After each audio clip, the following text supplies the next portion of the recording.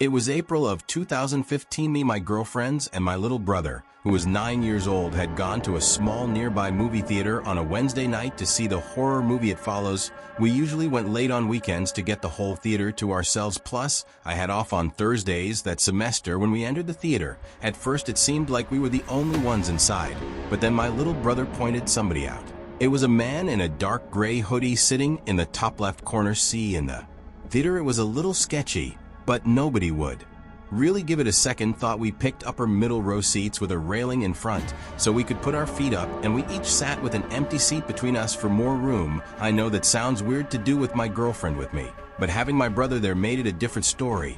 I was sitting the closest to the edge, and therefore the closest to the one other guy in the room besides us.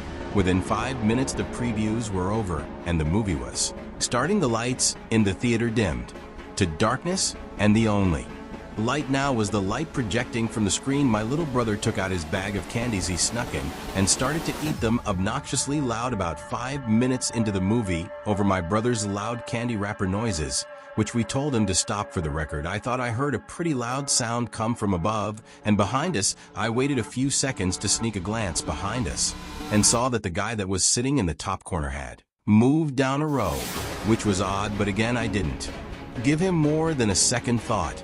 Another 5 minutes later, when the movie was already starting to get interesting, I heard something from behind us again. I turned when I thought it wouldn't be too obvious, and again the guy was a whole row closer to us. I leaned to my girlfriend and said, "Well, chuckling, don't look, but that guy keeps moving closer to the screen." She shrugged her shoulders and didn't even show interest in checking. I told myself if he did it again, then I would have a problem, and managed to get back into the movie.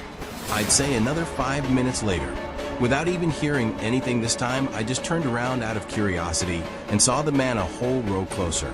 But this time he wasn't at the last seat of the row anymore. He was moved further down the row closer to us. Now he was only 3 rows behind us, and nods my girlfriend. Then she turned around, then she looked at me and gave me a confused, concerned kind of look. She asked me if we should move, and I said definitely not. At this point I wasn't able to pay attention to the movie anymore, even though I was facing the screen. I felt like the man's gaze was hitting me in the back of the head. I told myself if he moves closer, I would turn around and firmly ask him what he was doing. But then I also thought, what if I'm looking too much into this? What if he's just a normal guy who happens to keep switching seats for a better view? Once more I turned around, and the man was only 2 rows away from us, now closer to the center of the row, or rather, directly behind us. And his head was just completely down, looking at his lap. I didn't even bother to check what he was looking at. He could have been looking at nothing. I literally opened my mouth ready to say something, but I was just too much of a coward. I was only 16 last year and pretty skinny. My little brother got up during a slow part of the movie to go to the bathroom. About a minute later, I turned to see if the man had gotten closer again, this time actually ready to say something. But I was shocked to see nobody behind us. It was completely empty. I told my girlfriend, and she said good, but then I stood up in pure fear, thinking of my little brother telling my girlfriend to wait there, and running out of the room and into the empty theater halls. I saw the man in the gray hoodie entering the men's bathroom down the hall. Fearing for my little brother's safety, I ran down the hall toward the bathroom, opened the door, and saw the man literally on his knees peeking under the 2 stall doors. Then he looked at me, and at the same time I heard my little brother call me from down the hall. I saw him waving me over. In confusion, I ran to him, got my girlfriend out of the movie room, and we went to the front desk. The teamwork in the front ticket stand called. The police showed us, and the cops, the video footage of the man walking down the hall, and then we filed the police report. I'm just so grateful that my brother went to a different bathroom down the opposite direction of the hall, because if he had been in there, even with my showing up to save him, I have no idea what would have happened. It's been over a year now, and the man was never identified. Back into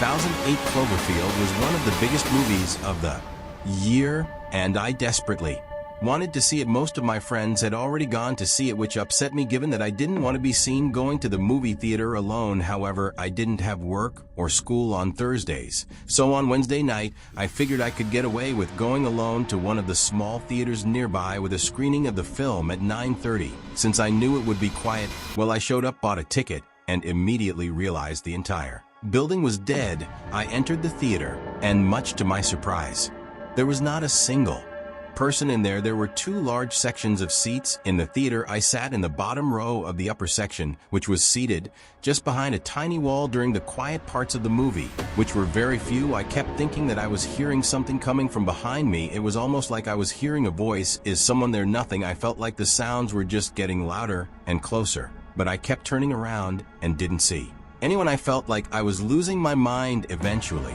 the sound became so loud that it was evident it was a crazed whispering. I was about to nope the underscore out of there. But when I got up and took one last look behind me, a figure popped up quickly from behind the seats, just to rose up for me, arms flat to their sides, and just facing me like a stiff statue. I ran like there was no tomorrow back to the lobby, where I saw nobody, not a single employee. I kept running to the car, took a few seconds to catch my breath once inside, and drove back home. I tried calling the theater that same night. I never got anyone to answer. I didn't bother the next day, and I just tried to let it go. It still freaks me out beyond imagination to this day.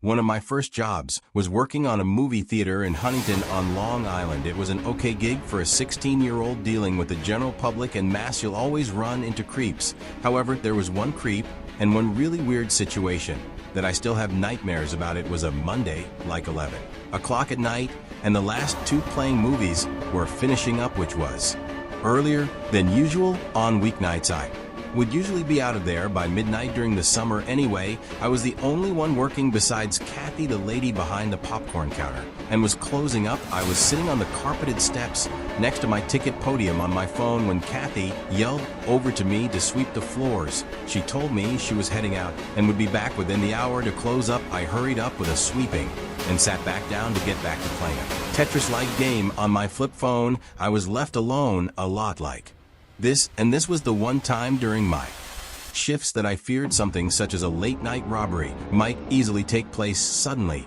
I heard the front door to the theater pull open with force. I stared down at the doorway to the lobby, which blocked the actual entrance section, waiting for someone to walk through, and hoping it would be Kathy.